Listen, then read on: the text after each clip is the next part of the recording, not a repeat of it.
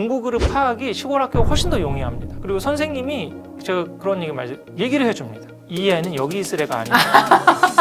근데 학교 선생님이나 학원 선생님이 그런 얘기를 안 해준다면 거기 있어도 되는 애거든요. 예. 엄밀히 말하면 굳이 막 걔를 데리고 명문학원에 가고 레벨 테스트를 보고 다닐 필요가 없어요.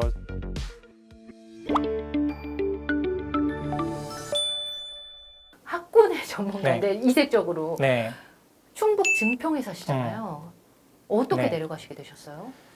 제가 증평에 뭐 계기가 있어서 내려간 거. 증평은 유명한 게 김득신이라고 굉장히 독서왕, 조선인의 독서왕이 있고 지금 현대인물로는 김미경 원장님이라고. 김미경 원장님도 완전히 새로운 교육 패러다임, 그런 주부들 대상으로 해서 맞아요. 공부할 수 있대요. 네네. 본인이 40 넘어서 50대 가까운 나이에 영어로 지금 스피치를 하시잖아요. 맞아요. 이런 게 저는 시골 근성에서 나온다고 보거든요. 대치동 마인드에서 이게 나올 수가 없습니다. 대치동에서는 싸이가 안 나온다고 그러잖아요, 사실. 이게 뭔가 이거 어렸을 때부터. 그래서 제가 시골로 내려가서 아이를 키우게 된 계기들이 생겼는데 지금 부모님께서 귀농을 하셔가지고 이제 같이 여러 가지 인연이 돼서 증평이라는 데를 알게 돼서 뭐 원래부터 연고가 있었던 데는 아니고 가서 살아보니까 너무 좋은 거예요. 쾌적하고 뭐 공원도 뭐 많고 녹지도 좀 많고 뭐 그런데 시골적인 환경에서 어렸을 때 아날로그 감성을 기르게 하는 게 저는 가장 중요하다고 생각하거든요. 이후의 삶에 어떤 면에서요? 둘 다 남자아이인데 개구장이 남자아이들인데 그러니까 지금 이런 상황에서 어떤 분은 그런 얘기 하시더라고요. 심 선생님 입시 전문가니까 밑에 내려가서 의대 지역인재 전형 노리는 거 아니냐고. 농어촌 전형 맨 처음에 그 생각 들었습니다. 드리는 거 아니냐 그렇게 생각을 하는데 저는 아시니까. 앞으로 아이가 뭐 공부를 잘하고 또 본인의 의지가 있거나 아니면 적성이 그쪽이라면 뭐 충분히 그런 경로들을 아니까 한번 뭐 이렇게 해봐라라고 얘기는 해줄 수 있지만 저는 그거보다 더 중요한 어떤 미래 사회 가치는 문제집 푸는 공부를 잘하는 아이보다 매력적인 아이가 되는 게 굉장히 중요하다고 생각하거든요. 지금 가장 대표적인 게 우리도 지금 우리 유튜브 지금 방송 채널 하고 있지만 구독자가 권력인 시대가 됐습니다. 지금 관계가 저 사람이 좋아. 팔로워. 저 사람이 그다음에 똑같은 컨텐츠를 얘기하는데 저 사람 얘기 듣고 싶어. 맞아요. 그다음에 저 사람 그 팔로우 하고 싶고 소개하는 내용을 나도 한번 해보고 싶어라고 하는 그런 관계를 만들 수 있는. 그런 근성을 갖고 사실은 미래 사회에 약간 리더적인 역할을 가지려면 저는 두 가지가 중요하다고 생각하거든요. 하나는 내가 왜 살고 어떻게 살아야 되는지에 대한 분명한 자신의 소신과 철학이 있어야 돼요. 어떻게 살아야 되는지에 대한 소신. 예를 들어서 내가 전공을 열심히 했는데 그 인공지능에 대체됐어요. 그럼 나는 왜 살지? 우리 저 유대인 자녀교육도 굉장히 많이 얘기하고 그러는데 유대인 그 교실에 가서 애들한테 너네들 왜 공부하니? 왜 사니? 라고 물어보면 티쿤 올람이라고 얘기하죠. 이 세상을 좀 더 나은 곳으로 만들기 위해서 나는 공부하고 살고 있다라고 하는 나름대로의 본인의 철학과 소신들이 있어요. 그냥 내가 변호사가 되려고 의사가 되려고 공부한다고 하지 않아요. 그거는 직이잖아요. 직. 근데 그거 바뀔 수도 있어요. 앞으로 의사가 대체될 수도 있고 지금 수많은 것들을 하는 거를 뭐 인공지능과 협업해가지고 진단하시고 원격 진료가 되고 뭐 그럴 수도 있는 거잖아요. 수술하거나 그런 영역이 지금 의대가 굉장히 인기가 있지만 나중에는 소수의 인력만 필요한 그렇게 될 수도 있잖아요. 이제 그런 어떤 시대가 왔을 때 그럼 나는 어떻게 살아야 되지?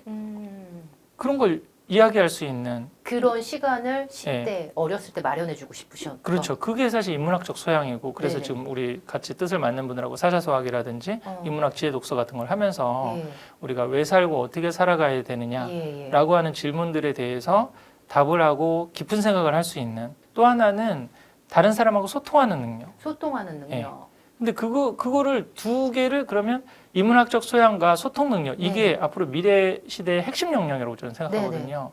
그걸 잘 하면은 이제 본인이 잘하고 좋아하는 재능과 결합이 되면 이게 이제 돈 버는 쪽하고 연결이 되는 거라면 뭐 그렇게도 갈 수 있고 근데 별로 그렇게 돈 버는 쪽하고는 관련이 없는 거야. 그래도 본인이 소소하게 행복하게 살 수 있죠. 그러면 소장님 그게 꼭 지역에서 해야 되나요? 도시에서 할 수도 있잖아요. 왜 이동까지 하셨어요? 근데 어렸을 때는 최소한 아날로그 감성이 중요하다고 생각해요. 자연 속에서. 우선 도시적인 환경에서는 공원에만 해도 저희 우리 도시에서 살다 오신 분이 그러더라고요. 저희 보강천 공원이라고 해서 인라인장도 있고 그다음에 근해도 있고 막 그런 데가 있어요. 근데 저희가 가서 주말에 아무리 놀아도 한 10가정, 20가정밖에 없습니다. 지방 소도시여가지고. 근데 그분이 그 수도권에 사시다 오셔서 그래요. 야, 이런 거 수도권에 있었으면 주말에 미어 터진다고. 이렇게 주차장 할 데도 없고. 맞아요. 이렇다고. 이게 뭔가 숨 쉴 만한 공간이 없는 거예요. 그럼 비싸요. 그런데 놀려면 돈 내야 돼요. 근데 뭐 시골에 내려가면 그런 게 모든 게 사실은 자연스러울 수도 있고 어렸을 때는 저는 좀 시골적인 감성이 있어야 된다고 생각하고 네네. 근데 아이가 크면은 네. 그 시골 자연 속에서만의 오감의 자극으로는 충분하지 않은 거죠. 사람으로부터의 자극이 필요하거든요. 네네. 그때는 도시로 나가야 되죠, 사실은. 그런 아이가 생각 있어요. 크면. 지금 많은 분들이 자녀를 어렸을 때 유초등 때까지는 자연에서 뛰놀고 공감하시는 분들이 굉장히 네. 많으실 것 같아요. 그래서 소장님과 같은 생각으로 지역에 내려가시는 분들도 꽤 많은 걸로 네. 저도 알고 있거든요. 근데 그 이유를 음. 많이 고민하셔서 다시 네. 돌아오시는 것 같아요. 네네. 그리고 후회하시기도 하시고요. 이런 분들한테는 뭐 학군과는 거리가 먼 지역에서 유초등을 보내고 그 이유 때문에 고민하는 분들한테는 진로나 입시에 대해서 어떤 조언을 해주실 수 있을까요? 네. 로드맵으로. 선생님 말씀이나 아니면 책이나 공감한다. 아니면 그런 거 보고 저도 내려가서 시골에서 사는데 초등 5, 6학년이 되니까 현실적으로 고민된다는 거예요. 네. 앞으로 어떻게 입시를 해야 될지. 예. 근데 저는 오히려 사실 여러 가지 선택지를 도시보다 더 많이 다양하게 할 수 있다고 생각하거든요. 지역이 도시. 우선은 네네. 저희 지금 제 아들이 다니고 있는 그런 병설초등학교가 있는 그 아주 면 단위의 시골 초등학교예요. 근데 한 반에 한 12명, 뭐 15명이거든요. 예. 그러면 우선은 얘가 공부머리가 있는지 없는지가 판단하기가 쉽습니다. 시골에 있는 학교에서 12명, 13명 있는 데서 한 1, 2등 한다 그러면은 공부머리가 있을까요, 없을까요? 네, 답이 나요. 근데 만약에 서울 수도권에 한 30명 되는, 뭐 2, 30명 되는 과밀학급에서 한 7, 8등 한다고 생각해보세요. 애매해요. 얘가 공부가 가능성이 있는 거야, 아닌 거야, 더 헷갈릴 수가 있거든요. 그래서 오히려 사실은 시골의 작은 학교에 내려가면 공부 역량이 더 있는지 없는지가 분명해질 수가 있고 또 하나 공부 자존감이 생기겠죠. 그 안에서 열심히 하면 칭찬받고 뭐 잘하고 1등 경험도 더 쉽게 할 수 있고 그래서 그런 면에서 사실은 초등학교 때까지 뭐 시골이나 아니면 인연이 있다면 근데 이게 아버님 직장 때문에 이게 또 마음대로 움직일 수 없는 가정도 있으니까 다 하실 수는 없지만 정말 그게 조금 자유롭고 선택지가 있다. 뭐 경기도만 해도 외곽 제가 우리 학군에서도 그런 얘기 많이 했거든요. 분당에서 사는 것보다 쪽 그 경강선 라인을 타고서 광주 초월리 그쪽도 약간 시골 분위기가 나기 때문에 그쪽으로 이동하는 것도 한번 생각해 보시라고 그런 현실적인 조언도 많이 하고 그랬었어요. 그쪽 연단위에서 읍면단위에서는 되죠. 이게 화선도 마찬가지잖아요. 향남 같은 경우는 읍이기 때문에 사실은 그게 동탄은 안 되지만 그 향남 쪽이나 이쪽 읍 단위에서는 농어촌도 되는 거죠, 사실. 그러니까 그렇게 해서 오히려 공부 그룹 파악이 시골 학교가 훨씬 더 용이합니다. 그리고 선생님이 제가 그런 얘기를 해줍니다. 이 애는 여기 있을 애가 아니다. 근데 학교 선생님이나 학원 선생님이 그런 얘기를 안 해준다면 거기 있어도 되는 애거든요. 엄밀히 말하면 굳이 막 걔를 데리고 명문학원에 가고 레벨 테스트를 보고 다닐 필요가 없어요. 사실은. 선생님이 같이 있으니까 제일 잘 아시겠네요. 제일 관찰하고 사실은 저도 지금 유치원에 지금 5, 7세 통합반인데 3년 동안 우리 아이를 계속 지켜보십니다. 유치원 선생님이. 얼마나 파악이 한 분이 계속 지켜보시죠.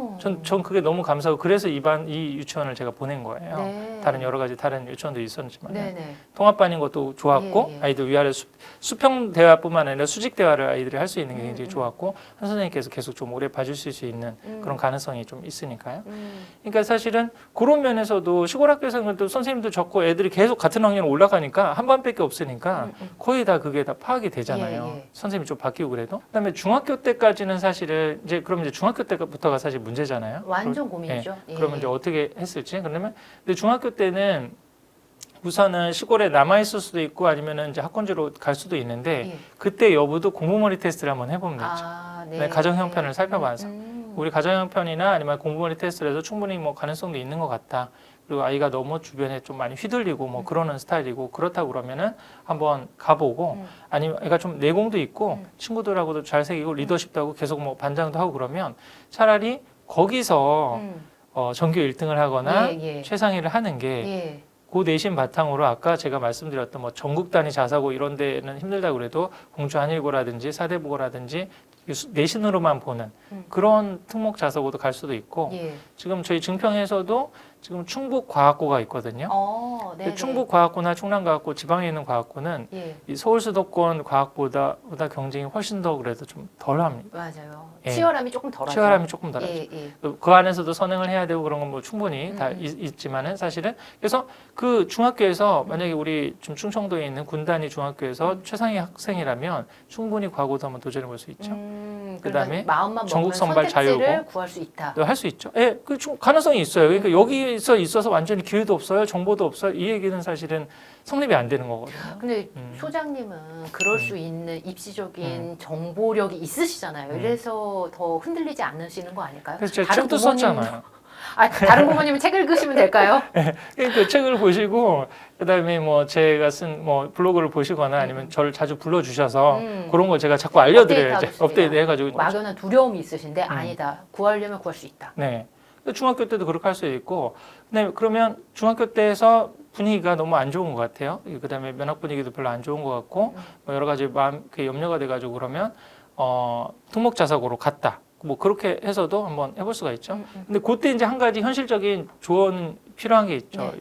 영수 선행이 어느 정도 돼 있어야 돼요. 현실적으로.